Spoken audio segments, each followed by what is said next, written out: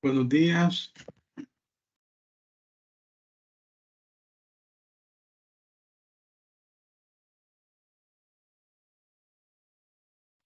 Buenos días, Liz. Buenos días. Vamos a dar inicio a la clase de este día, hoy es 29 de octubre. Estamos solamente a 2 días de que finalice este mes. Va corriendo el tiempo aceleradamente y entramos al mes de noviembre. Ya le subí la guía para las exposiciones. Está en el aula virtual. No sé si ya la vieron, algunos.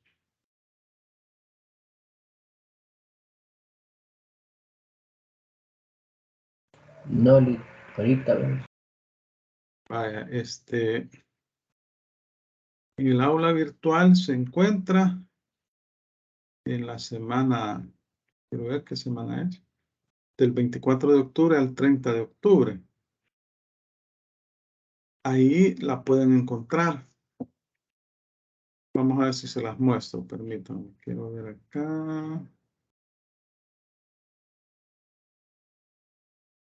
Vamos a ver si comparto.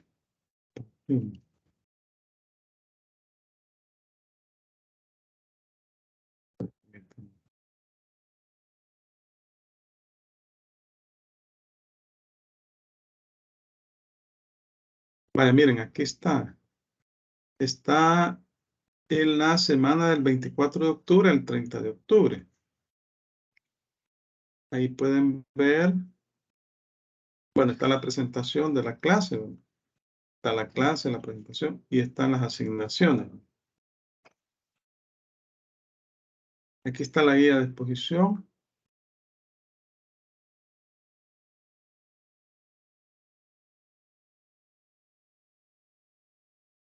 Acá.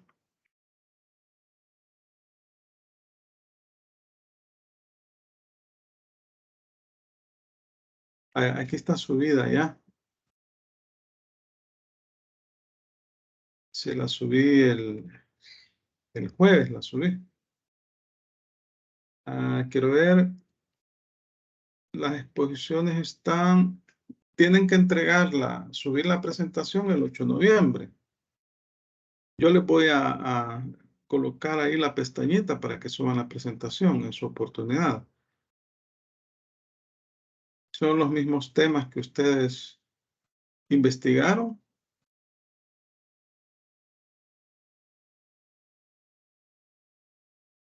Vamos a ver, las exposiciones están.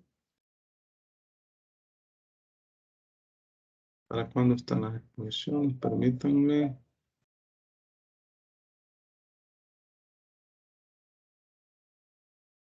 La defensa de trabajo se realizará los días 9 de noviembre y 12 de noviembre. En esas dos clases sería 9 de noviembre es miércoles y 12 de noviembre es sábado. Y el siguiente miércoles, 12, 13, 14, el 16, está programado el parcial. Así que ustedes ahí pueden ver la guía. Quiero ver, aquí está. Aquí.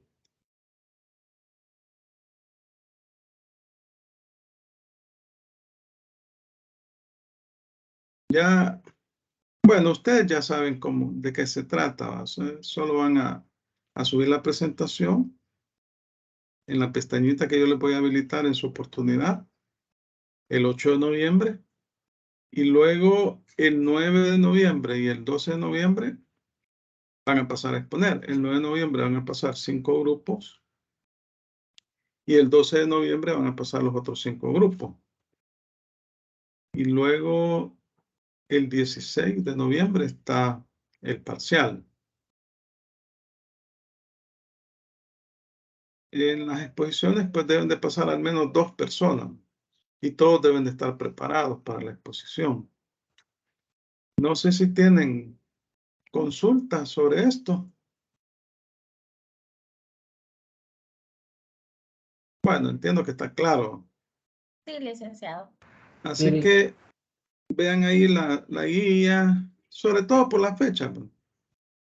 Preparen sus presentaciones, ya cuando las tengan listas, yo voy a ver si les habilito el 7 de noviembre.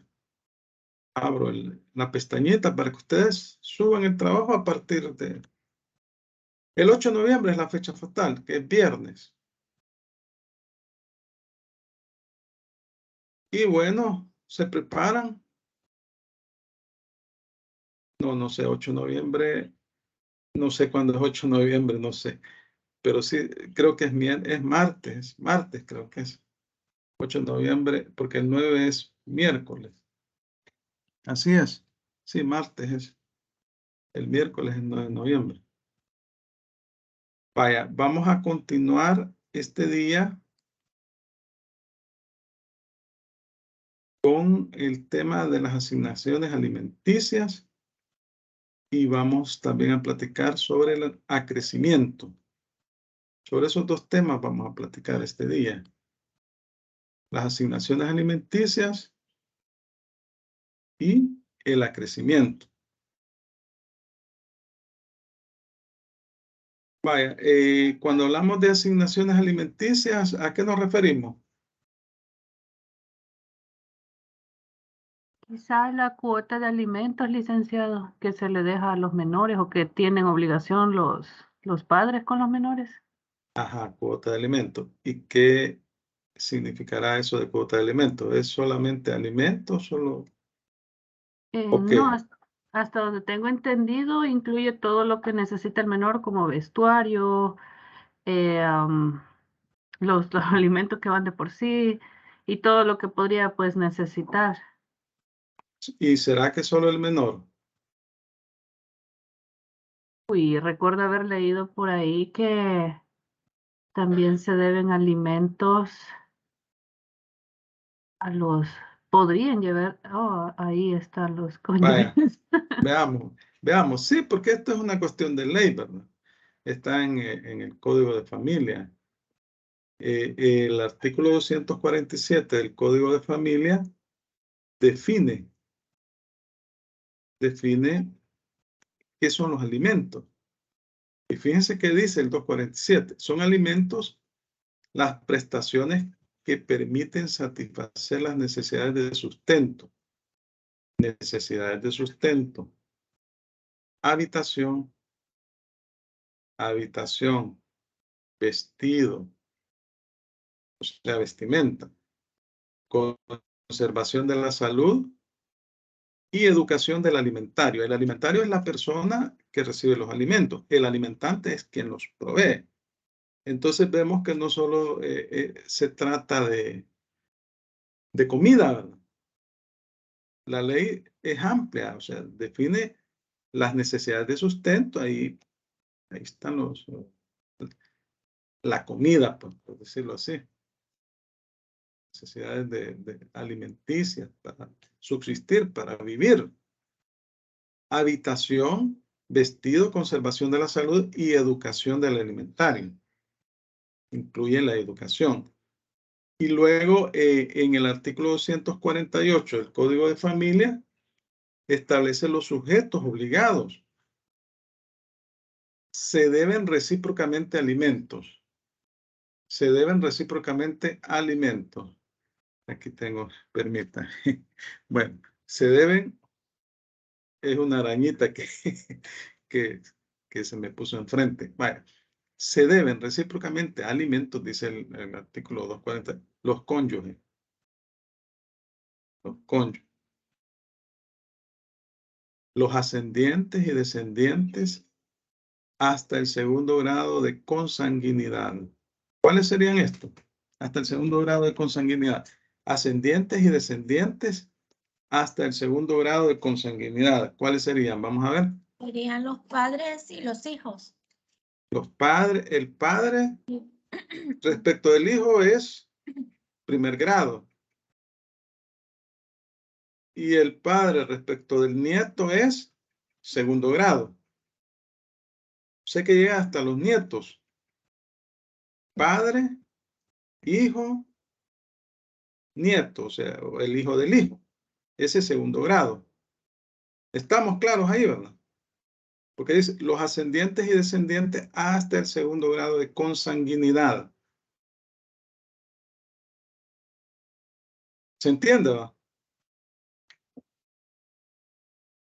O sea que iban los abuelitos también, licenciado. Sí, va. Pongámonos en el padre, va. El padre respecto del hijo es primer grado, ¿sí? El padre respecto del nieto es segundo grado, o sea que están los abuelos también, ¿verdad? Ahora, los hermanos. ¿Qué grado de consanguinidad tienen los hermanos?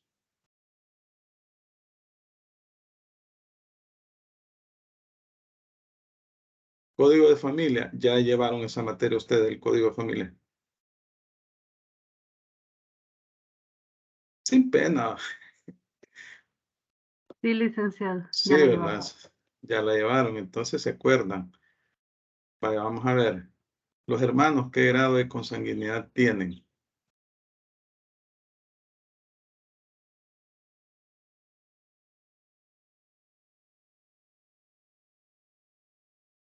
Ajá.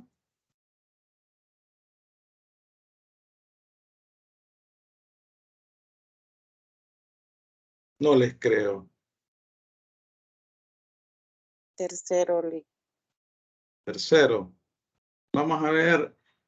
Cañada, ¿qué dice? Cañada, dice. A ver. Cañada Valle Sandra, creo que. ¿Está por ahí, Cañada Valle Sandra? Sí, buenos días. Buenos días, ¿qué grado? ¿Cuál es su opinión?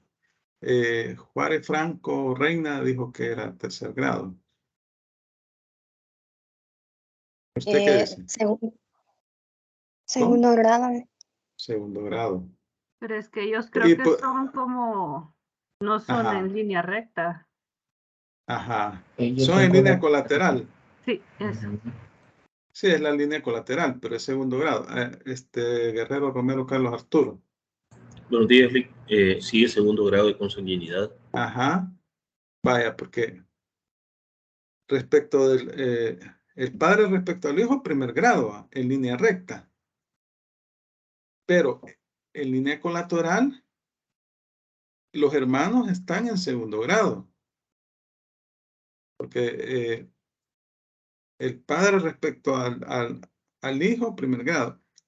Y el hijo respecto al hermano, o sea que también es hijo, segundo grado, pero en línea colateral. Vaya, estamos ahí. Entonces vemos que el caso de los alimentos, aquí tengo. No solo se reduce a necesidades alimenticias, sino que habitación, vestido, conservación de la salud, educación del alimentario. El alimentante es el que da los alimentos. Y no solamente es de los padres respecto de los hijos, sino que incluye los cónyuges y los hermanos. Los ascendientes y descendientes hasta segundo grado, incluyen los abuelos también, ¿verdad? Vaya, estamos ahí. Esos son los alimentos.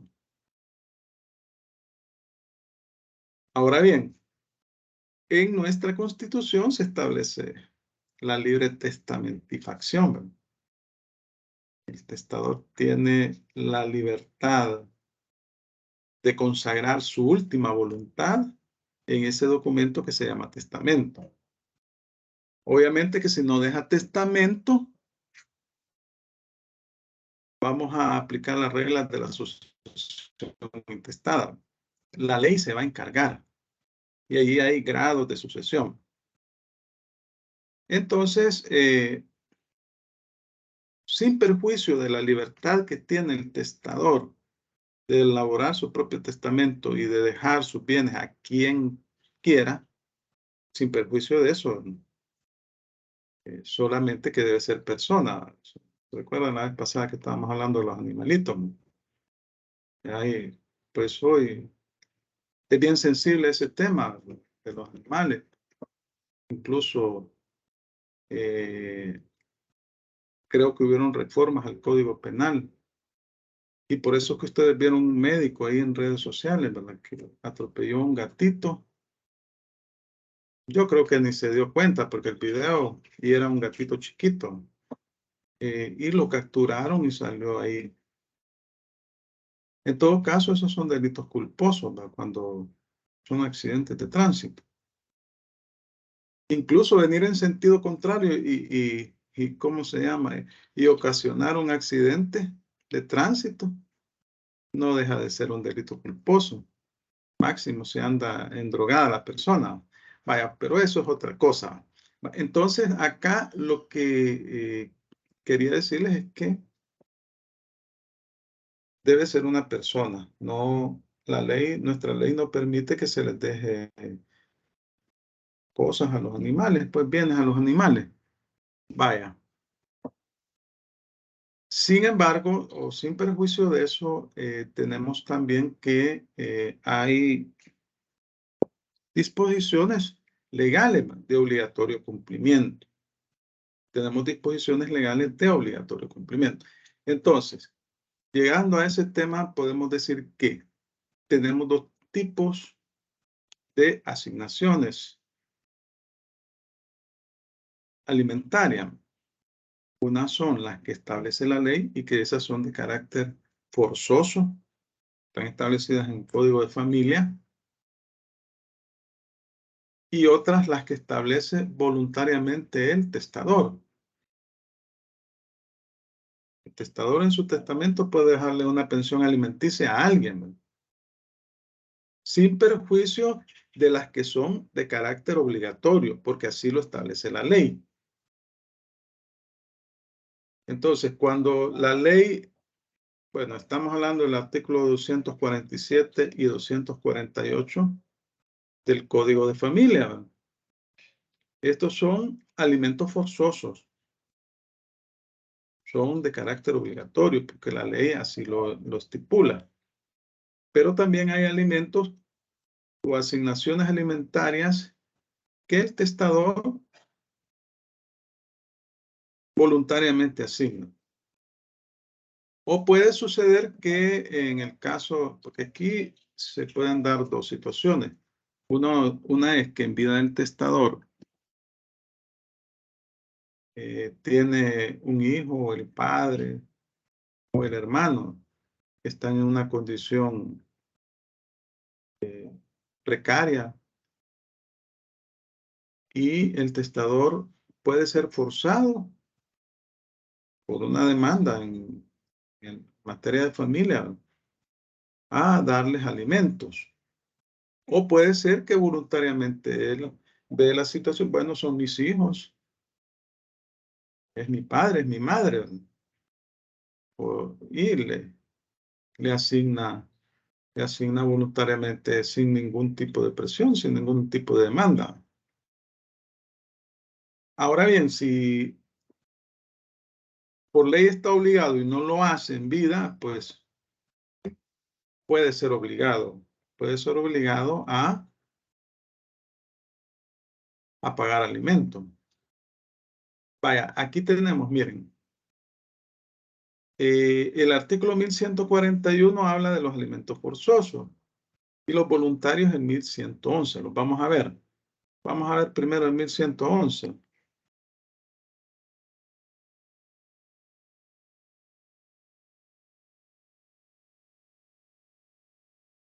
Vaya, miren. Si alguien me hace el favor de leerlo, por favor. Tiene, quiero ver, 1, 2, 3, 4 incisos tiene. Háganme el favor de leerlo.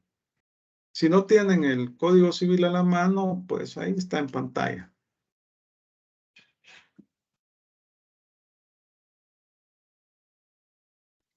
Buenos días, licenciado. Buenos días. Compañeros. Artículo 1111. Si se legaren alimentos voluntarios sin determinar su forma y cuantía, se deberán en la forma y cuantía en que el testador acostumbraba suministrarlos a la misma persona. y a falta de determinación se regularán tomando en consideración la necesidad del legado, sus relaciones con el testador y las fuerzas del patrimonio. Si el testador ha fijado el tiempo que haya de durar la contribución de alimentos, cesará luego que aquel se cumpla, o por la muerte del legado, aunque acaezca antes de su cumplimiento. Si el testador no fija el tiempo que haya de durar la contribución de alimentos, se entenderá que debe durar por toda la vida del legatario.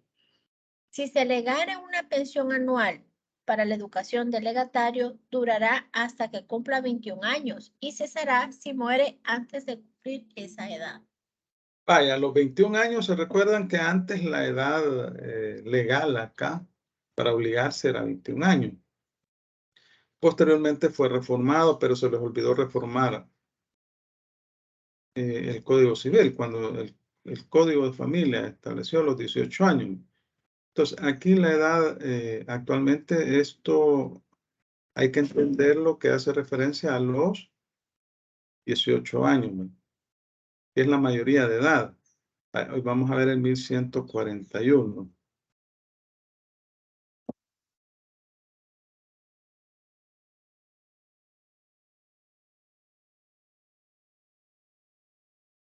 Vaya, solo el inciso primero, que este lo vamos a ir leyendo en forma pausada. Vale. Alguien que me lea el inciso primero, solo el inciso primero. Artículo 1141. El testador deberá designar en su testamento la cuantía de los alimentos que está obligado a suministrar conforme al título primero, libro cuarto del Código de Familia, con tal que dicha cuantía no sea inferior a la establecida en el artículo 254 del mismo Código. Si no lo hiciere o la cuantía fuese inferior, el juez decidirá en caso de reclamación del alimentario o alimentarios, ya bien señalando, ya determinando la pensión mensual alimenticia, tomando en cuenta el capital líquido del testador, o bien señalando de una vez la suma total que deba pagarse a título de alimentos, suma que no debe exceder de la tercera parte del acervo líquido de la herencia para todos los alimentarios. Cuando concurran varios, el juez la distribuirá proporcionalmente y equitativamente, aún disminuyendo, si fuere preciso, la cuantía o cuantías que con anterioridad estuvieren acordadas, oyendo en este caso a los interesados. Vaya, muchas gracias. Vean acá, tomen muy en cuenta esto. Suma que no debe exceder de la tercera parte del acervo líquido de la herencia para todos los alimentarios. Aquí nos pone un tope la ley, ¿verdad? Pone un límite. Vaya. Entonces, estamos hablando de que en el artículo 1111 se regulan los alimentos voluntarios, los que en forma voluntaria asigna el testador en el testamento. Y el 1141, los alimentos forzosos, que se encuentran regulados en el Código de Familia. Entonces, aquí estamos hablando de que cuando el testador está obligado por ley a dar alimentos, en vida pueden obligarlo a un juez de familia. O puede suceder que él voluntariamente también los asigne. Entonces, se dan dos tipos de obligaciones alimenticias. Las forzosas, que están establecidas en la ley, en el Código Civil. Las voluntarias, que están establecidas en el mismo Código Civil, ¿verdad?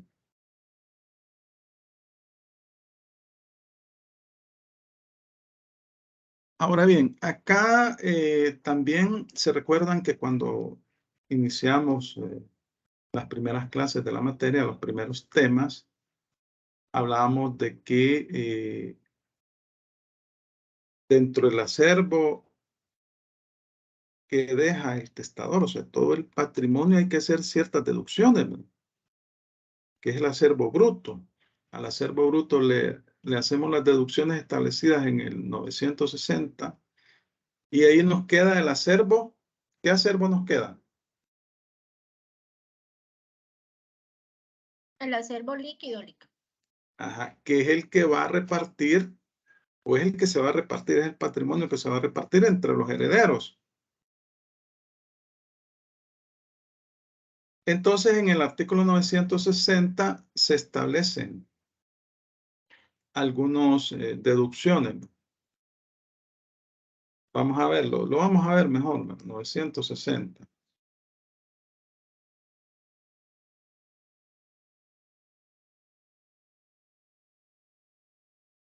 Miren, aquí dice el 960, en toda sucesión por causa de muerte, para llevar a efecto las disposiciones del difunto o de la ley, se deducirán del acervo masa de bienes que el difunto ha dejado, incluso los créditos hereditarios,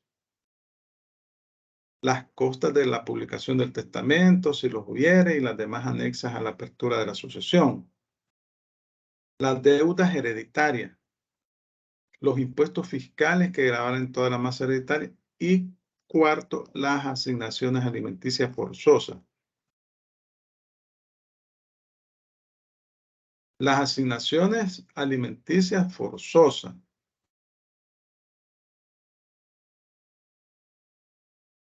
Vaya, estamos ahí, ¿verdad? O sea, licenciado, que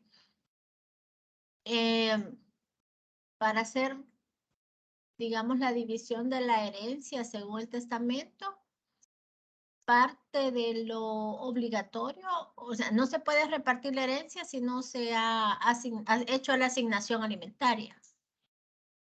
Sí, eso así es. Así Es sería. decir, que, sí, que de la masa bruta se van a deducir esos gastos. Y el número 4 es los alimentos. ¿Sí? Después de deducir los alimentos, ya nos queda el acervo líquido, que es el que voy a repartir entre todos los herederos, ¿no? Entonces, como decíamos, en el artículo 247 y 248 del Código de Familia, bueno, el 247 define qué son los alimentos. Claro, cuando hablamos de alimentos, nos hacemos la idea de que solo es la comida, ¿verdad? Pero no incluye la vestimenta, los alquileres, la habitación, ¿verdad? Los estudios. Entonces, no es solamente la comida, la salud también incluye. Pues esto es lo que incluyen la cuota de alimentos. Licenciado, Ajá. yo cuando, bueno, he escuchado, la verdad, cuando una persona está estudiando y ya cumplió la mayoría de edad, entonces está obligado o se puede obligar a seguir ayudando en el tema del estudio, o definitivamente ya no.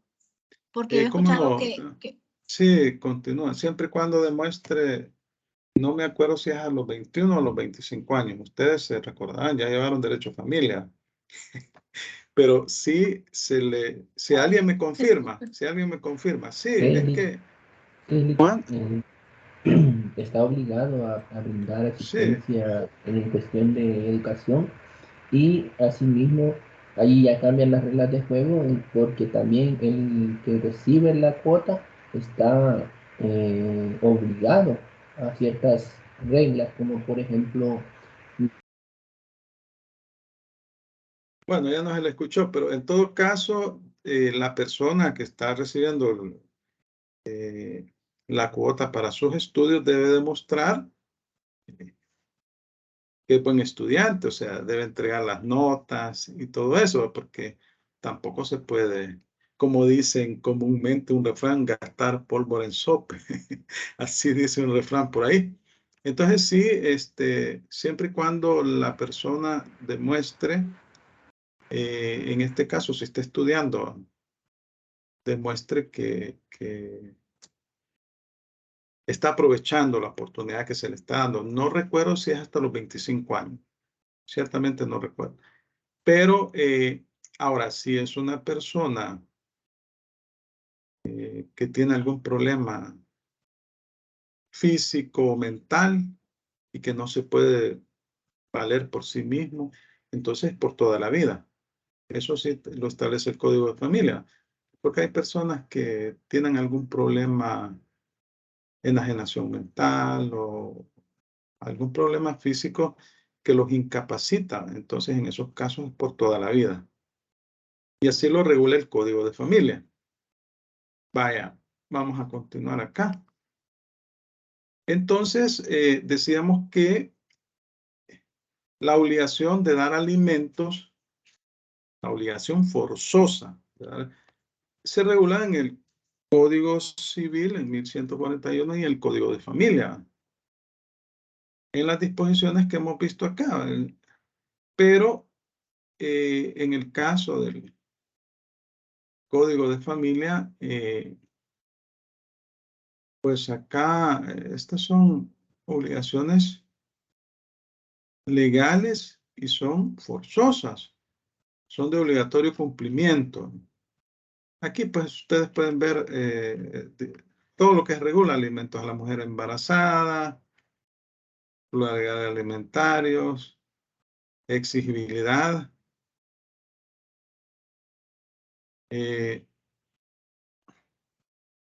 solvencia en la prestación. Bueno, este es todo un tema. Fíjense, por ejemplo, el 254, miren. Los alimentos se fijarán por cada hijo, sin perjuicio de las personas establecidas en el artículo 251 del presente código, en proporción a la capacidad económica de quien esté obligado a darlos y a la necesidad de quien los pide. Se tendrá en cuenta la condición personal de ambos y las obligaciones familiares del alimentante. 254. Cuando se presenta la demanda, el juez puede establecer alimentos provisionales como una medida cautelar mientras se tramita el juicio. Bueno, aquí se ve toda la inalienabilidad y irrenunciabilidad. El derecho de pedir alimentos es inalienable e irrenunciable, pero las pensiones alimenticias atrasadas podrán compensarse. La ley es dura. Miren la prescripción. El derecho a cobrar de pensiones alimenticias atrasadas es imprescriptible. No prescribe. Cuando estamos hablando de alimentos forzosos, ¿verdad? Y también la pensión alimenticia es inembargable. Vaya, aquí este es un tema de derecho de familia.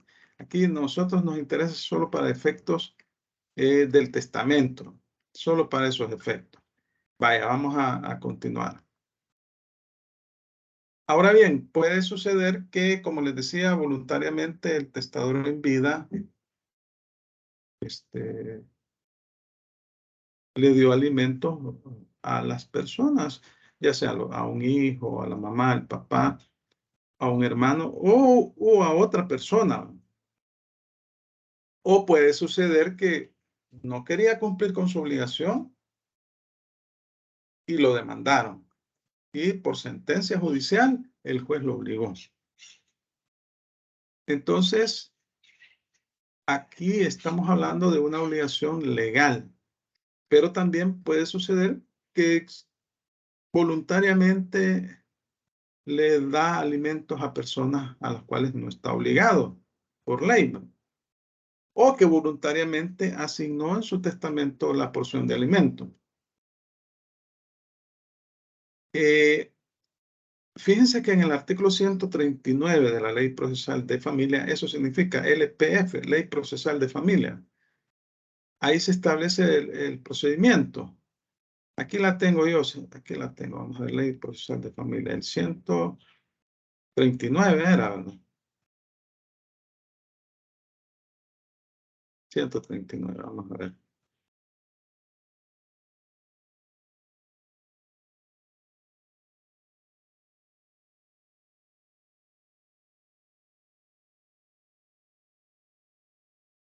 Miren,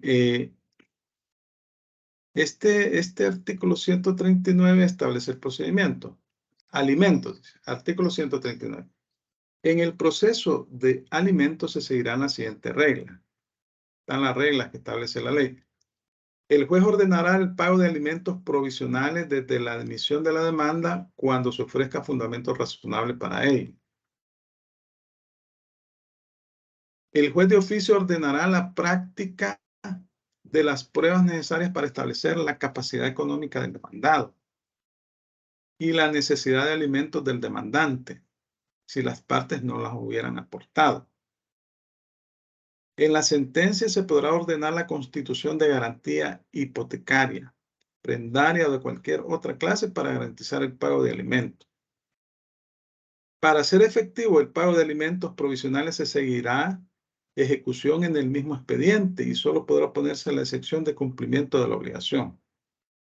O está cumpliendo o no está cumpliendo, y si no cumple, hasta lo pueden embargar. En este proceso no se admite la intervención de terceros acreedores. Que la persona tiene deuda, ¿verdad? Y se van a oponer a que le dé alimentos a sus hijos, a su cónyuge, etc. Aquí no procede. Si se hubieran incumplido con la obligación de presentar declaración jurada de ingresos, egresos y bienes, o se hubiera omitido o falseado información en la misma, certificará la Fiscalía General de la República para que se siga el proceso penal correspondiente.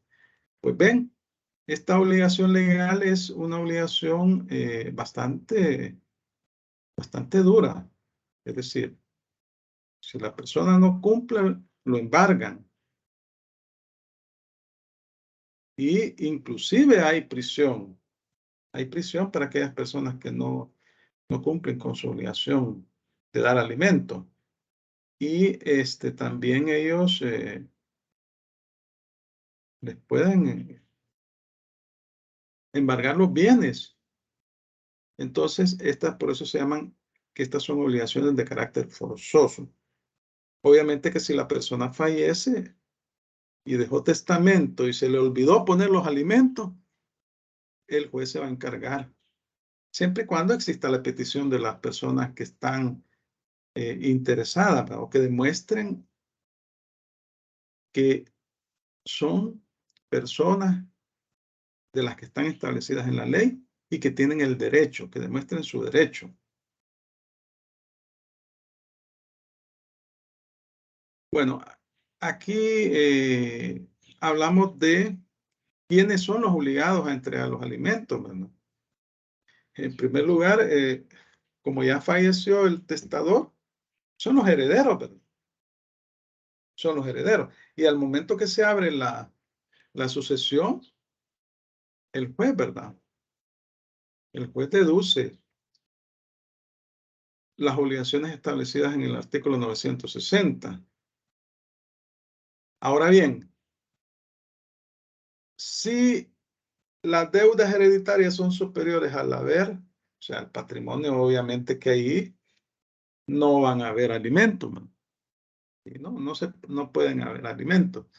Pero sí la obligación forzosa de entregar alimentos es una de esas obligaciones primordiales, ¿no? O sea, que debe de cumplirse. Pero si el testador solo deudas dejó, pues ¿de dónde, no? Y él era el principal obligado. La prestación de alimentos requiere que el alimentante tenga facultades bastantes para pagarlos. Y se regulan tomando en cuenta sus facultades. El alimentante es la persona que entrega los alimentos. Si el patrimonio no alcanza, o sea, si solo hay más deuda, no va a ser posible entregar los alimentos. Vayan, miren, el inciso segundo del artículo 1141, aquí yo se los he colocado, establece las causas por las cuales se puede privar de alimentos a una persona. Y fíjense que son parecidas a qué. Vamos a ver, ¿se recuerdan? ¿A qué son parecidas estas causas? Fíjense qué dice.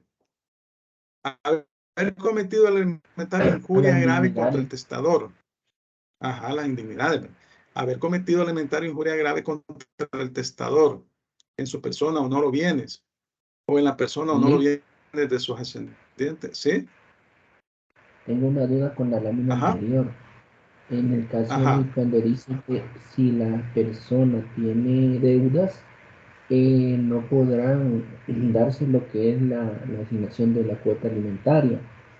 Entonces, pero aquí me queda la duda porque en vida eso es contrario. Primero está el derecho del menor y después están las deudas.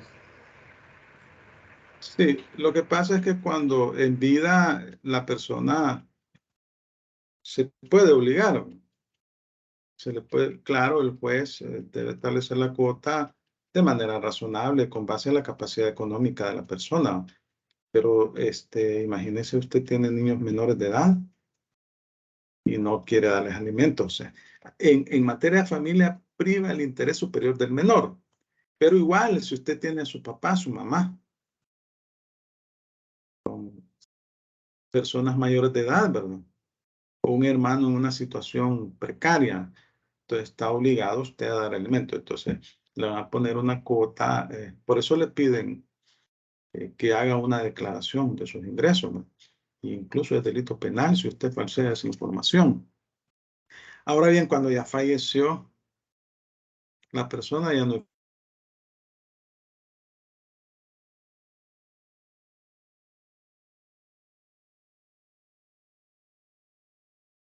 existe. Dejó, eh, eh, quiero ver,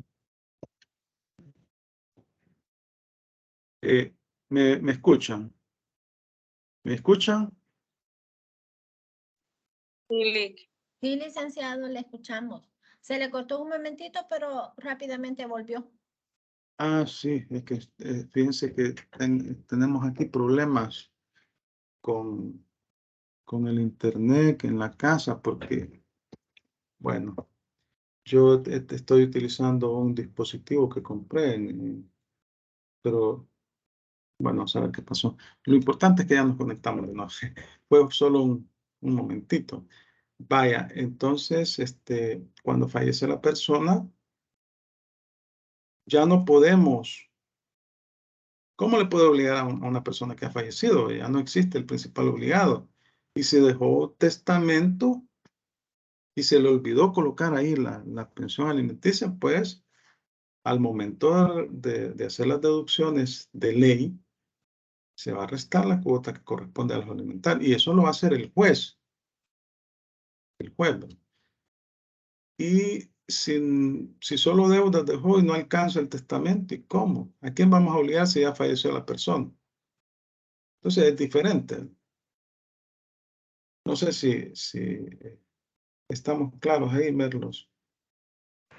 Sí, es que sí me pareció eso bastante peculiar, porque como dijo, el Sí, interés superior del menor está sobre cualquier otro derecho cuando uno está vivo, ¿verdad? sí. Pero si no dejó nada o solo deudas dejó, ¿y cómo? ¿De dónde? También ahí también hay que ver la razonabilidad de las cosas, ¿no? Vaya, vamos a ver.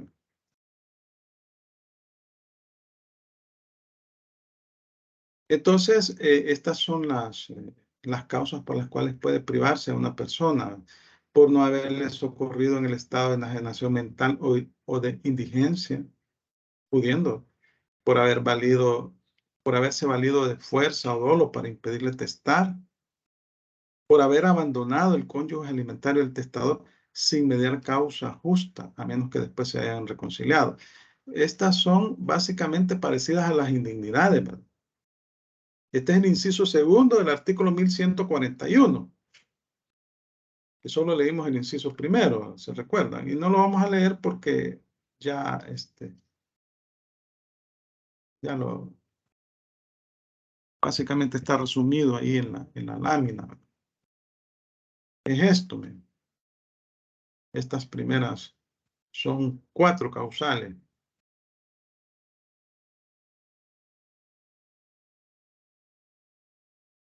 Vaya, aquí también la ley en el inciso tercero, el mismo artículo 1141, establece algunas condiciones, ¿verdad? En primer lugar, dice que se debe establecer en el testamento expresamente. Vaya, sí. Pero ninguna de las causas anteriormente mencionadas tendrá validez si, inciso tercero, no se establece en el testamento expresamente. El testador, por alguno de estos motivos, justificó en alguna cláusula que no le iba a dejar la pensión alimenticia por alguna de estas situaciones que se mencionan acá. Si además no se hubiera probado judicialmente en vida del testador, ¿no? Estas causales, ¿no? Sin perjuicio de las personas que están obligadas a solicitar pensión alimenticia por ley, conforme al Código de Familia,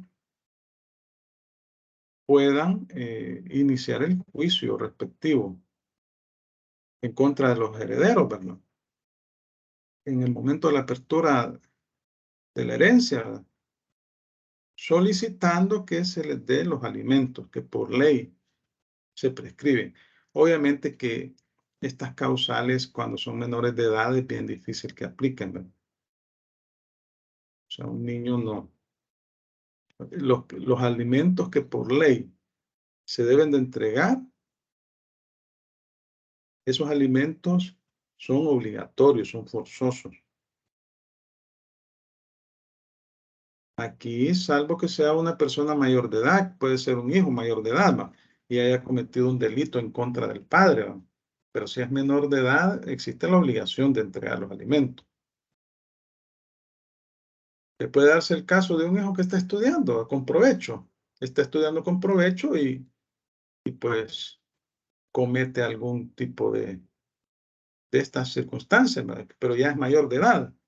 Cuando es menor de edad no aplica esto. O cuando son alimentos voluntarios, ¿verdad? Que no son de las personas que están obligadas a darles alimentos. Eso sí hay que tenerlo claro, ¿verdad? Porque esto no aplicaría. Ningún juez de familia le va a aceptar eso. Mire, es que dejé sin alimentos a mi hijo de 15 años porque esto y esto. No, es menor de edad. Entonces, bien difícil. Está obligado. Si estamos hablando de alimentos forzosos. Si son voluntarios, pues ahí sí, ¿verdad? Y la prescripción, bueno, aquí cuando hablamos de prescripción debemos de tener claro la situación. Dice el Código de Familia que son imprescriptibles. En el caso de los hijos, dice, ahí está, leemos una disposición del Código de Familia que los alimentos son imprescriptibles, ¿no? Vamos a buscarla aquí.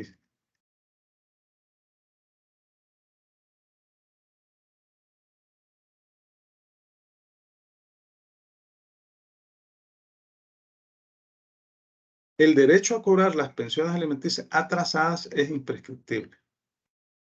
Las atrasadas, ¿verdad? Claro, cuando ya se cumple la mayoría de edad y ya no está obligado a dar alimentos, salvo que creo que es hasta los 25 años, no estoy seguro, pero cuando una persona está estudiando con provecho, con provecho. Vaya, entonces, aquí estamos hablando de que el mismo artículo 1141 del inciso final establece la prescripción. Si no son reclamados los alimentos dentro de los 4 años subsiguientes a la apertura de la sucesión. Y hay que verlo con recelo, siempre aplicando el código de familia. Va a depender del tipo de alimentos. Si son, pero también debemos de considerar que aquí estamos hablando de un testamento, o sea, ya falleció el principal obligado, ya falleció. Entonces, aquí, si pasan 4 años y no se reclamó, desde que se aperturó la herencia y no se reclamaron los alimentos, prescribe. Luego, salvo que sean menores de edad, ¿verdad? Pero es bien difícil dejar pasar 4 años sin solicitar alimentos, ¿verdad? Bien difícil. Es temerario, diría yo, si son menores de edad. Y dentro de los 4 años contados, desde el día en que haya cesado su incapacidad de administrar, si al tiempo de abrirse la asociación era incapaz. Si aquí estamos hablando 4 años posteriores a la apertura de la sucesión, cuando era incapaz, o sea, era menor de edad, entonces, y no los cobró, ¿verdad? O cumplió la mayoría de edad. Cuando cumple la mayoría de edad ya no existe obligación, salvo el caso de que esté estudiando con provecho. O cuando es una persona, un demente o una persona que no pueda valerse por sí mismo, por alguna enfermedad. Entonces es por toda la vida, y es por toda la vida. Y todos los alimentarios tienen el derecho también, ¿verdad?, de poder ejercer las acciones legales respectivas para reclamar los alimentos. Y eso se aplica al Código de Familia. Bueno, estamos ahí. No sé si tienen comentarios o consultas, y si no, pasamos al derecho de acrecer. Aquí veo que hay algo, vamos a ver. Ah, bueno. Esto está de moda tener problemas con el Inter. Yo los acabo de tener. Vaya, entonces, vamos a continuar con el derecho de acrecer.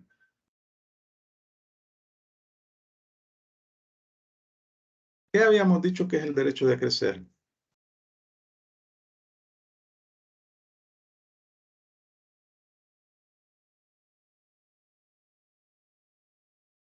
Licenciado, decíamos que era como el aumento que se daba en la masa hereditaria. Ajá. Aumento en la masa hereditaria.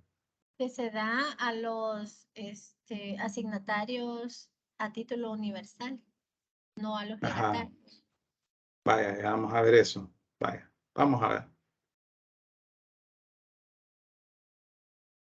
En el artículo 1123 de la ley se establece lo que podríamos decir que es la definición del derecho de acrecer. Bueno, la regla general es que cuando una persona fallece, dejó testamento, cada quien va a recibir la porción que está establecida en el testamento. Si no dejó testamento, vamos a aplicar las reglas de la sucesión intestada, y todos los que se encuentren en la línea o grado respectivo van a recibir en forma proporcional lo que les corresponde. Esa es la regla general. Ahora bien, ¿qué sucede cuando hay testamento? ¿Cómo aplica este derecho de acreción? El derecho de acrecer. Vaya, en primer lugar vamos a leer el artículo 1123 para tener la base legal, ¿verdad? Vaya, alguien que me haga el favor de leerlo. Le leo, licenciado. Hágame el favor. Capítulo 8 del derecho de acrecer. Artículo 1123. Destinado un mismo objeto a 2 o más asignatarios, la porción de uno de ellos que por falta de éste se junta a las porciones de los otros, se dice acrecer a ellas. Vaya. Entonces, resulta que acá estamos hablando de un asignatario que en el testamento se le dejó un bien, pero por diversas circunstancias esta persona no puede recibir ese bien. Entonces ese bien va a crecer. significa que va a aumentar la porción del otro o de las otras personas, de los otros asignatarios. Entonces, el derecho de crecer podría definirse como un derecho en cuya virtud existen dos o más asignatarios llamados a una misma cosa. Lean bien, vean aquí, miren cómo dice. Existiendo dos o más asignatarios llamados a una misma cosa. Estamos hablando de dos o más asignatarios que son llamados a una misma cosa. Es decir, que el testador le asignó a estas personas un bien o un grupo de bienes, sin expresión de cuotas. Sin expresión de cuotas. ¿Qué es eso de expresión de cuotas? Ya lo habíamos hablado, licenciado, que es cuando el testador define que el 10% a uno, el 5% al otro. Ajá, o sea, Correcto. Un tercio, un medio. un tercio, un Correcto. quinto, un Correcto. medio. Vaya. Ajá. Excelente. Estamos bien. Vaya, entonces. Un derecho en cuya virtud, existiendo dos o más asignatarios llamados a una misma cosa, sin expresión de cuota, la porción del asignatario que falta incrementa la de los otros. La porción del asignatario que falta incrementa la de los otros. Entonces, eso establece el artículo 1123. Acá, pues, ustedes leen en sus casas las relaciones. Es el artículo 783. Aquí está hablando del usufructo, el 1133, inciso segundo, y el 1140. Vaya, pero este es el artículo estrella. Entonces, estamos hablando que existe una cosa asignada para dos o más personas. Y entonces, falta una de esas personas. Si son dos personas, falta uno.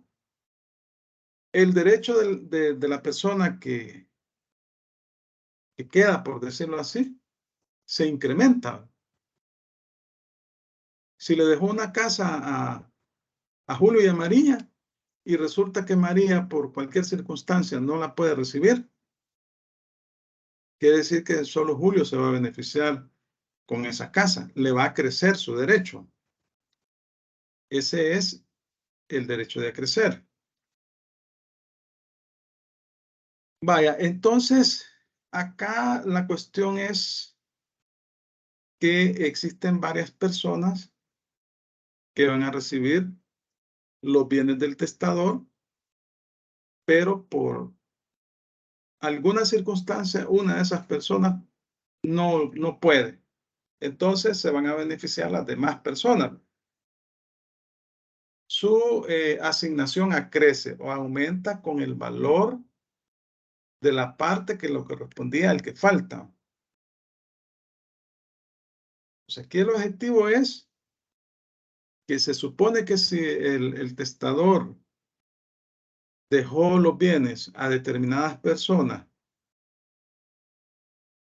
y falta una, pues se entenderá que quería favorecer a esas personas. Ahora bien, ¿en qué casos aplica el derecho de acreción o el derecho de acrecer? Licenciado, ¿Sí? buenos días, Alguien compañero. preguntaba ahí. ¿Sí? Sí, el 1133 dice de las sustituciones. La sustitución vulgar, dice, es la única permitida. ¿En qué momento Ajá, habla de la puede sustitución. sustituir en el caso del asignatario? ¿En qué momento puede ser de la sucesión o es a petición de quiénes?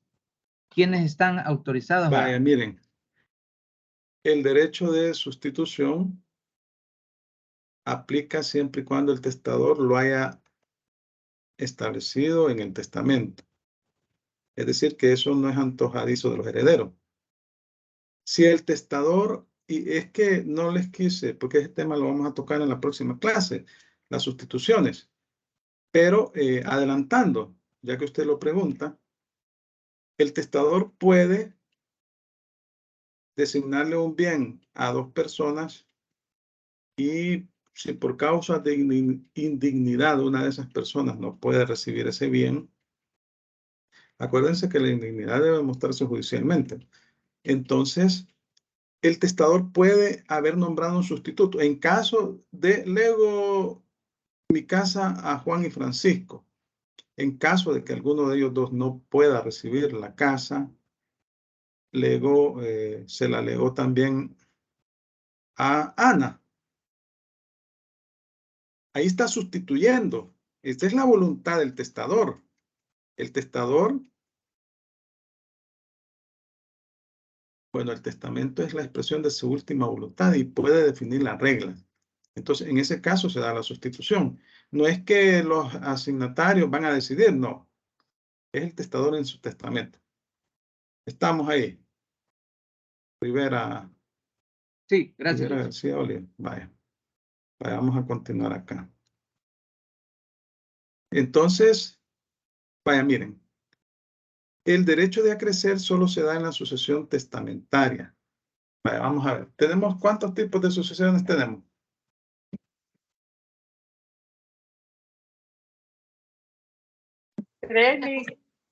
Tres. ¿Cuáles son? La intestada, la testamentaria y la mixta. Ah, bueno. Ajá. La mixta también. Que es en parte testamentaria y en parte, bueno, ¿cómo es? Intestada, sí, intestada. Vaya. Resulta que este derecho de acrecer solo se da en la sucesión testamentaria. Y la sucesión testamentaria, ¿cómo la podemos dividir?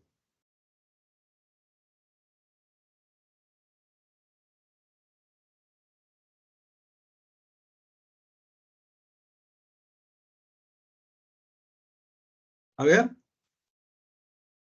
¿Cómo fue? No escuché bien ahí. Vaya, vamos a ver. ¿Cómo clasificamos la sucesión testamentaria? Es a título universal y a título singular. Vaya, entonces el derecho de crecer aplica en la sucesión testamentaria, sea título universal, sea título singular, o sea que sí aplica a los legados. Reina. Vaya, veamos el 1131. Aquí está cerca. Alguien que me lo lea. El derecho de acrecer tiene lugar en las herencias y legados. Vaya, saldada la duda. Legados. Sí, vaya, saldada la duda. Vaya, vamos a ver. Entonces,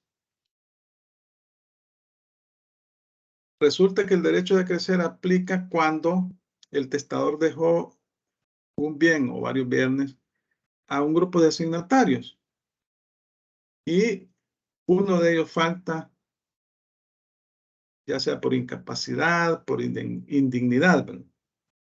Y la porción del que falta acrecienta a la porción de los demás. Pero si dejó sustituto, no aplica. No aplica el derecho de crecer. Entonces, es al sustituto al que se le va a entregar el bien, ¿verdad? O los bienes. ¿Estamos claros ahí, verdad? Sí, licenciado, un poco complicada ese tipo de ¿Por qué? testamento. ¿Qué es lo que no? No, aquí estamos hablando del derecho de crecer. Ajá, vaya, Que se puede, tal vez no, ajá, vamos a ver. Vaya, como se puede dejar tanto a título singular como a título universal. Sí, se puede dejar legado, ¿no? Ajá, menos los que tienen establecida cuota. Los que tienen cuota no tienen no pueden acceder al derecho de acrecer. Así es, ¿verdad? Ya eso ya me quedó claro. Pero todavía no me queda claro cuando dice, vaya, por ejemplo, le deja una misma cosa a dos personas, pero una de ellas no puede acceder a ese derecho, no, pero una de ellas queda fuera por por indignidad o no sé, tal vez por fallecimiento. No, por fallecimiento sería que... ¿Qué pasa si fallece la persona? Imagínense que... Tiene el derecho de transmisión. Podría... Cabal, ahí estamos bien, sí. Ahí no aplica el derecho de crecer. Ahí no aplica. Entonces quiere decir que el derecho de crecer, si fallece la persona, no aplica. Porque esta transmite a sus herederos. Ahora, si la persona fallece antes de la apertura del testamento, ¿qué sucede? Sería el derecho, se puede utilizar la figura del derecho de representación porque la persona no aceptó y tampoco rechazó la herencia. Vaya, aquí sí, aquí se puede dar esa situación porque, vaya, miren, si estaba vivo el testador cuando hizo el testamento y fallece la persona, entonces ahí nos encontramos en un verdadero problema, porque no es una persona cierta y determinada, entonces no puede suceder. El testador dice, le dejo a Juan, a sabiendas que Juan ya falleció, entonces no le puede legar nada porque la ley exige que la persona debe ser cierta y determinada. No, eso sí. Eso sí. Ahora bien, si fallece después de la apertura de la sucesión, ahí podemos hablar de derecho de transmisión o de representación. Va a depender del tipo de testamento o del tipo de sucesión que se debe. Vaya, si quiere vamos a ver los ejemplos para que tengamos claridad. En primer lugar, estos son los requisitos, miren, que debe de cumplir el derecho de crecer o para que se llame a varios asignatarios a una misma cosa. Que el llamamiento sea la totalidad de la cosa, sin expresión de cuotas. Que al momento de abrirse la sucesión falte alguno de los asignatarios conjuntos. Que el testador no haya nombrado sustituto al asignatario que falte. Porque si nombró sustituto en el testamento, a estas personas le va a entregar. Que el testador no haya prohibido el crecimiento o el acrecimiento. Porque puede darse el caso. Aquí estamos hablando de que son cláusulas testamentarias. Entonces hemos llegado a la conclusión de que el derecho de crecer no procede cuando la sucesión es intestada. Solo aplica en la sucesión testamentaria, que puede ser a título universal o a título singular, que incluye los legados. Vamos a ver. Ya vamos a comenzar a ver los ejemplos. Llamamiento a una misma cosa. Y vamos a leer las disposiciones. Una misma cosa no significa una especie o cuerpo cierto, sino una misma asignación, que puede ser a título universal o singular. ¿Estamos claros ahí? Veamos el ejemplo. Dejo mi casa a Vicente y a Carlos. O dejo a Raúl y Tomás la mitad de mis bienes.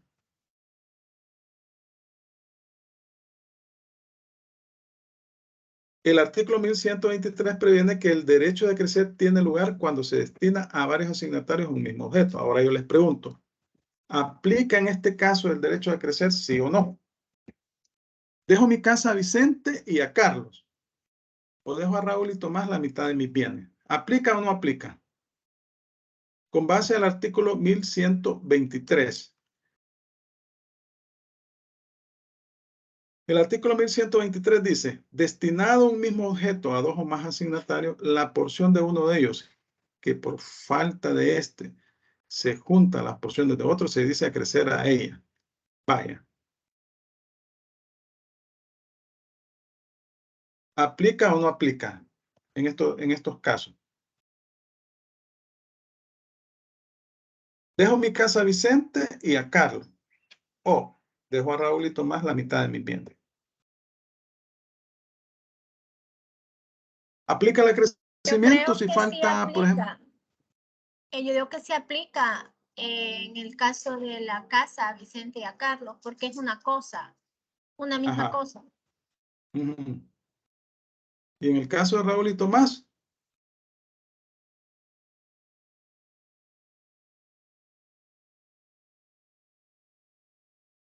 ¿Aplica o no aplica? Yo creo, bueno, en mi opinión sí aplica porque son llamados a título universal ambos asignatarios. Entonces, vaya, vean. Yo digo que se aplica. Vaya, vean cuál es la clave. Una misma cosa no significa una especie o cuerpo cierto, sino una misma asignación. Él está asignando una casa y está asignando la mitad de sus bienes.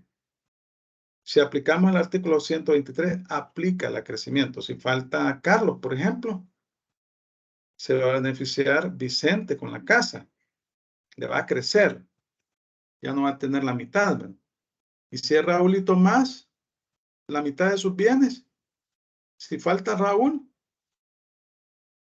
va a crecer la porción de Tomás, ¿verdad? Entonces aquí aplicamos, aquí se da el acrecimiento.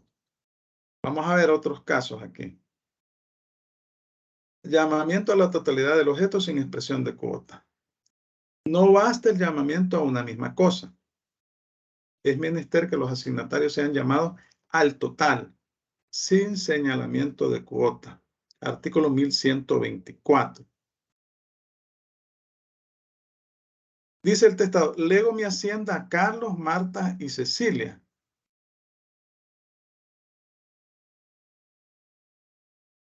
Y luego dice, dejo 1/3 de mi hacienda a Carlos, 1/3 a Marta y 1/3 a Cecilia. ¿Ven la diferencia? En el primer caso sí se da el acrecimiento. Lego mi hacienda a Carlos, Marta y Cecilia. Falta Cecilia, quiere decir que la porción de Carlos y Marta se va a incrementar. Pero en el siguiente caso dice, dejo 1/3 de mi hacienda a Carlos, 1/3 a Marta y 1/3 a Cecilia. ¿Por qué no se da en el segundo caso el acrecimiento? Que se han asignado cuotas. Está expresando cuota. Le damos el 1124. Alguien que me haga el favor de leerlo. Sí, eso iba a preguntar, porque el artículo 1124, este acrecimiento no tendrá lugar entre los asignatarios de las distintas partes o cuotas en que el testador haya dividido el objeto asignado. Cada parte o cuota se considerará en tal caso como un objeto separado y no habrá derecho de acrecer sino entre los coasignatarios de una misma parte o cuota. Tiene un segundo párrafo y este es el que me genera duda. Si se asigna un objeto a dos o más personas por iguales partes, habrá derecho de acrecer. Como que se contradice o yo lo interpreto mal. No se contradice. En el primer caso está asignando cuotas. En el segundo está asignando el bien. Si se asigna un objeto a dos o más personas por iguales partes, habrá derecho de acrecer. Y es en el caso del ejemplo que estamos viendo. Miren, aquí este es el inciso segundo. Leo mi hacienda a Carlos, Marta y Cecilia. Es el segundo inciso. Y el primer inciso es este. Miren. Dejo 1/3 de mi hacienda a Carlos, 1/3 a Marta y 1/3 a Cecilia. ¿Lo ve claro? ¿Se entiende? Y tengo confusión porque, voy a repetir el segundo párrafo. Si se asigna un objeto a dos o más personas por iguales partes, habrá derecho de acrecer. Entonces, yo entiendo que ahí quizás está mi confusión, que iguales partes lo asimilo cuando usted dice que les deja 1/3 a cada uno. Entonces, a los tres tienen igual proporción. Aquí debe de aplicar la ley. Es que es... Sí. Tienen igual proporción, pero es la forma de la asignación. Por eso les digo que aquí hay que aplicar la ley. Es un poco... El Código Civil es un poco...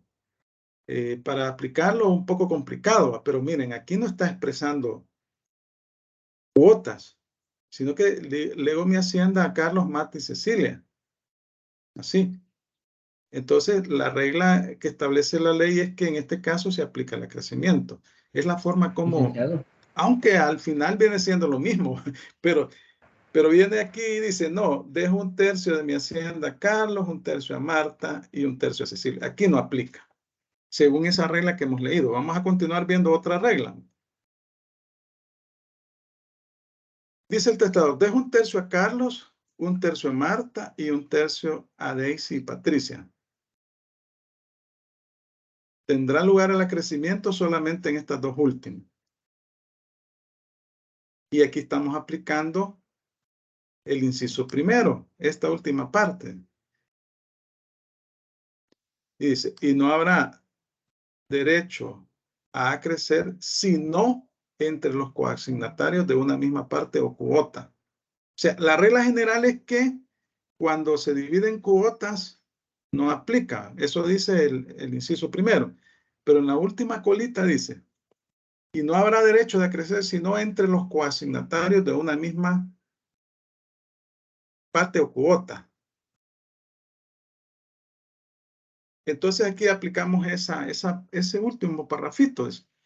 Dejo 1/3 a Carlos, 1/3 a Marta y 1/3 a Daisy y Patricia. En el caso de Carlos y en el caso de Marta no aplica. Pero en el caso de Daisy y Patricia sí, porque se van a dividir 1/3. O sea, licenciado, estamos ahí. O sea, que cuando hay una cuota entre 2 o más personas, ahí sí se puede acceder al derecho de acrecer. Pero si la cuota es individual, Individualizada ahí no se tiene y expresada. Así lo establece. Mire, es una cuestión de saber aplicar la ley, ¿verdad? Y de ahí, entender cuál es el objeto. Lo que decía el compañero de que en partes iguales, o sea, puede decir que deja la casa a 3 personas, se sobreentiende que es en partes iguales, pero no lo expresa, ¿sí? Por tanto sí tiene derecho. En términos de cuota, no lo expresa no en lo términos expresa de en cuota. Así es la cuestión, así es como estamos aplicando. Esta regla tiene una excepción. Hay derecho de acrecer cuando se llama a varias personas a un mismo objeto por partes iguales. Artículo 1124, inciso segundo, que es el que le causa, ¿cómo se llama? A Merlo. Vaya, miren, tendrá lugar el acrecimiento si el testador expresa. Dejo mi casa por iguales partes a Tomás y Mario. Es una cuestión de redacción al final, ¿verdad? Aquí tiene lugar y es parecida al caso que estamos, al primer caso. Dejo mi casa a Vicente y a Carlos. O dejo a Raúl y Tomás la mitad de mis bienes. Vaya, aquí aplica. Pero si dice, dejo la mitad de mi casa a José y la otra mitad a Mario, no aplica. ¿Se entiende eso? Ahorita sí, Aquí tenemos dos ejemplos del inciso segundo. Vaya, ven, es que esta es una cuestión de aplicación de la ley, ¿verdad? El Código Civil es bien, tiene su regla. En este caso hay que aplicarlas tal cual. La misma ley le define. Licenciado. Vaya, vamos. Licenciado, perdone que le interrumpa. Vaya, pero aquí dice, dejo mi casa por iguales partes. No Tomás y Mario. No puede decir, dejo mi casa a Tomás y Mario. Y a Mario. Ajá. Sí, ahí, los dos casos al final es lo mismo. Ok. La cuestión es que no va a decir que le dejó la mitad a uno y la mitad al otro. Vaya. Licenciado. Ajá. Según lo que entiendo, entonces tendría que estar expuesto tácitamente la voluntad de la persona, es decir, en la forma de redactar la cláusula.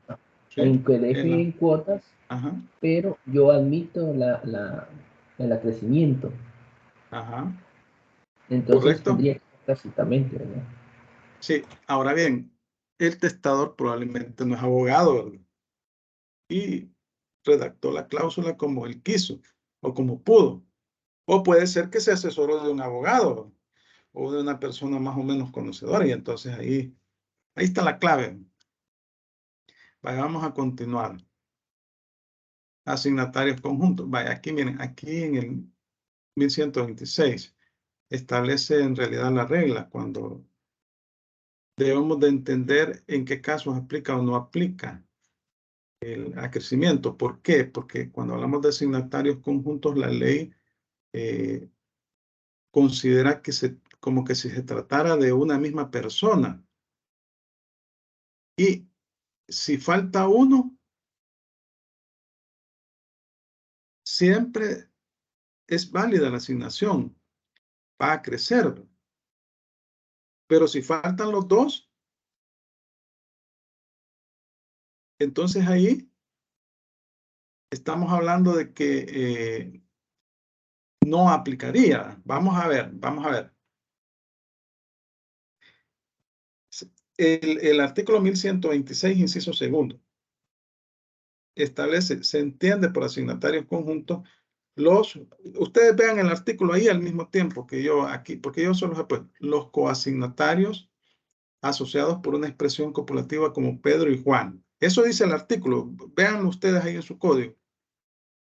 Los coasignatarios asociados por una expresión copulativa como Pedro y Juan o comprendidos en una denominación colectiva como los hijos de Pedro. Entonces, esto entiende la ley como asignatarios conjuntos. El artículo 1126, inciso segundo. Los coasignatarios asociados por una expresión copulativa como Pedro y Juan o comprendidos en una denominación colectiva como los hijos de Pedro. Vaya, ¿se entiende eso? Luego, dice el inciso primero de ese mismo artículo. Vayan leyéndolo ustedes al mismo tiempo ahí con su código. Los coasignatarios conjuntos se reputan como una sola persona para concurrir con otros coasignatarios. Es decir, que Pedro y Juan, para efectos legales, la ley los considera coasignatarios conjuntos y se reputan como una misma sola persona. Entonces dice, los coasignatarios conjuntos se reputan como una sola persona para concurrir con otros coasignatarios. Es decir, que Pedro y Juan, la ley los considera una sola misma persona. En relación con los demás coasignatarios o las demás personas, pues los demás herederos. Y la persona colectiva formada por los primeros, o sea, por Pedro y Juan, no se entenderá faltar, sino cuando todos estos faltaren. O sea, cuando Pedro y Juan falten. Pero si solo falta Pedro, a Juan le va a crecer. Artículo 1126, inciso primero. Eso dice, aquí esto que está acá es lo que dice la disposición. Entonces aquí tenemos otros ejemplos. Vamos a ver la letra A. La conjunción puede ser real o en la cosa. Cuando se asigna una misma cosa a varias personas en cláusulas separadas de un mismo testamento. Dejo mi hacienda a Eulalio. Y en otra posterior dice, dejo mi hacienda a Mari. En el mismo testamento. En una cláusula dejó su hacienda a Eulalio y en otra dejó la hacienda a Mari. Esa regla está en el artículo 1125, inciso primero. La conjunción no está en las palabras, sino en la cosa a que son llamados. Entonces yo les pregunto, ¿aplica o no aplica en este caso el acrecimiento?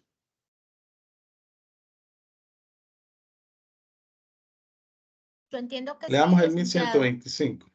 Vaya, léame el 1125, inciso primero. De acuerdo. ¿Habrá derecho de acrecer, sea que se llame a los coasignatarios en una misma cláusula o en cláusulas separadas de un mismo instrumento testamentario? Vaya, aplica. La ley dice que aplica. Pero ¿qué sucede si son dos testamentos?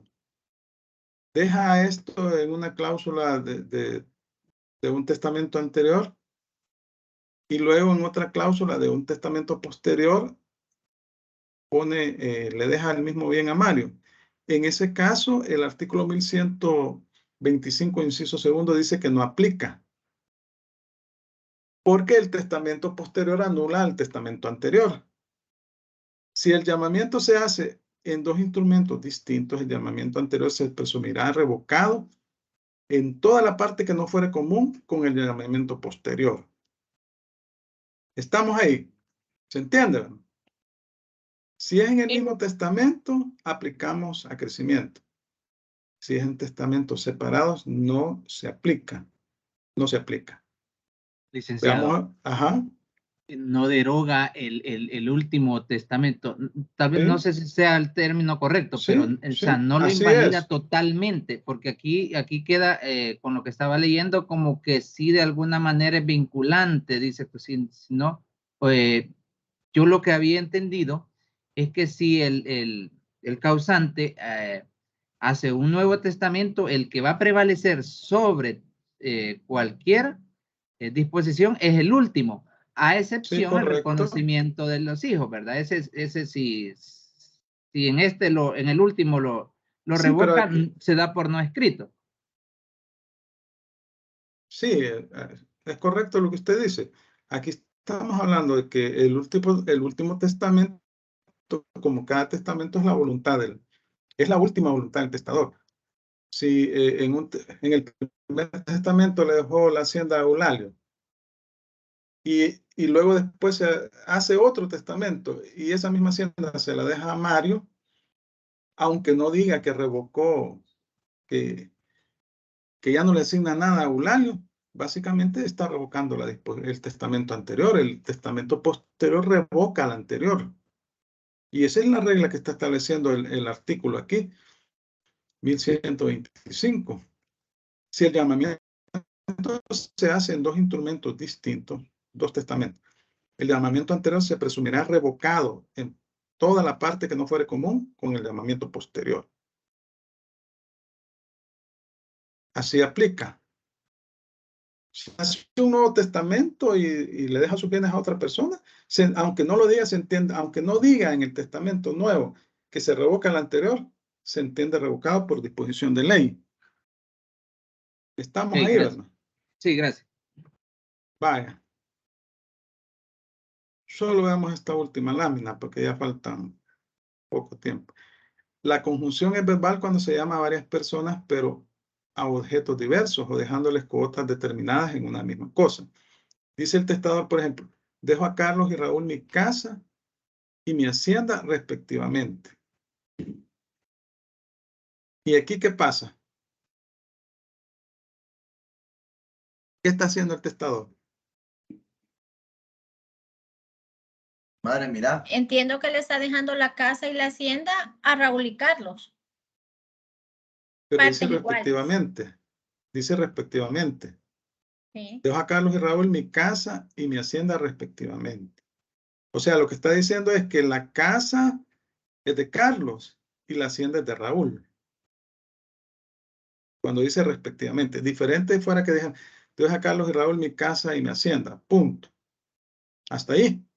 Pero dice coma respectivamente. Entonces, en este caso, no hay lugar al acrecimiento. ¿Se entiende? Sí. Es una cuestión de interpretación y de tener cuidado. De tener cuidado al momento de interpretar las cláusulas del testamento. Pero claro, estamos estudiando derecho y vamos a ser aplicadores de la ley, ¿verdad? Bueno, nos vamos a quedar hasta acá. No sé si tienen algún comentario adicional. Vamos a continuar con este tema en la próxima clase y ahí vamos a ver también las sustituciones, ¿verdad? Si tienen algún comentario adicional, No, licenciado, este sería el gracias. momento, ¿sí? Gracias. Vaya. Entonces, ¿Cuándo es el examen diferido? gracias a todos. Ah, mire, el diferido, ayer era el último. Sí, ya lo ¿Cómo es? cancelé, Para pagar, ¿verdad? Vaya, ya para lo pagar. cancelé. Entonces, usted es el que me mandó la pregunta. Que no lo veo acá. Dile. Yo le mandé ahí ¿cómo se llama? Lo que está publicado en la universidad, la calendarización de actividades. Sería el miércoles, sería. El próximo miércoles. Ah, pero es que como el miércoles, sí, el miércoles, hay asueto. ¿Va? Entonces lo voy a hacer el sábado. El sábado lo voy a hacer. Gracias, Lick. Bueno, entonces, gracias a todos por su atención. Nos vemos el miércoles, no, es 2 de noviembre. Nos vemos el próximo sábado. Gracias, pasen un feliz día, feliz fin de semana. Gracias Feliz igual. fin de semana.